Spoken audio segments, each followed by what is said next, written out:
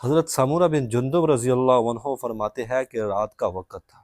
چاند اپنے جوبن میں تھا، میں مسجد نبوی کے صحن پہ بیٹھا ہوا تھا، رسول اللہ صلی اللہ علیہ وسلم میرے سامنے تھے، میں ایک نظر چاند کی طرف دیکھ رہا تھا، دوسری نظر اپنے محبوب صلی اللہ علیہ وسلم کے چہرے کی طرف دیکھ رہا تھا، اور میں موازنہ کرنا چاہ رہا تھا کہ کون سا چاند زیادہ خوبصورت ہے۔ جب کافی دیر میں دیکھتا رہا تو میرے دل نے یہ گواہی دی، اے چاند، اگرچہ تیرا حسن ضرب المثل بن چکا ہے، لیکن رسول اللہ صلی اللہ علیہ وسلم کے حسن کے سامنے تیری کوئی حیثیت نہیں ہے۔ اسی طرح جب رسول اللہ صلی اللہ علیہ وسلم کی پیدائش ہوئی، حضرت حلیمہ سعدیہ رضی اللہ عنہا نے آپ کو دیکھا، آپ حلیمہ سعدیہ کو دیکھ کر مسکرائے۔ اس وقت حضرت حلیمہ سعدیہ رضی اللہ عنہا فرماتی ہیں کہ وہ مسکراہٹ ایسی تھی، رسول اللہ صلی اللہ علیہ وسلم ابھی چھوٹے تھے اور اتنے خوبصورت لگ رہے تھے کہ وہ فرمانے لگی کہ میں نے بہت سارے دیہاتوں کی طرف سفر کیا ہے، لیکن کہیں بھی میں نے اس جیسا خوبصورت بچہ نہیں دیکھا۔ پھر آپ کی والدہ حضرت آمینہ رضی اللہ عنہا فرمانے لگ گئی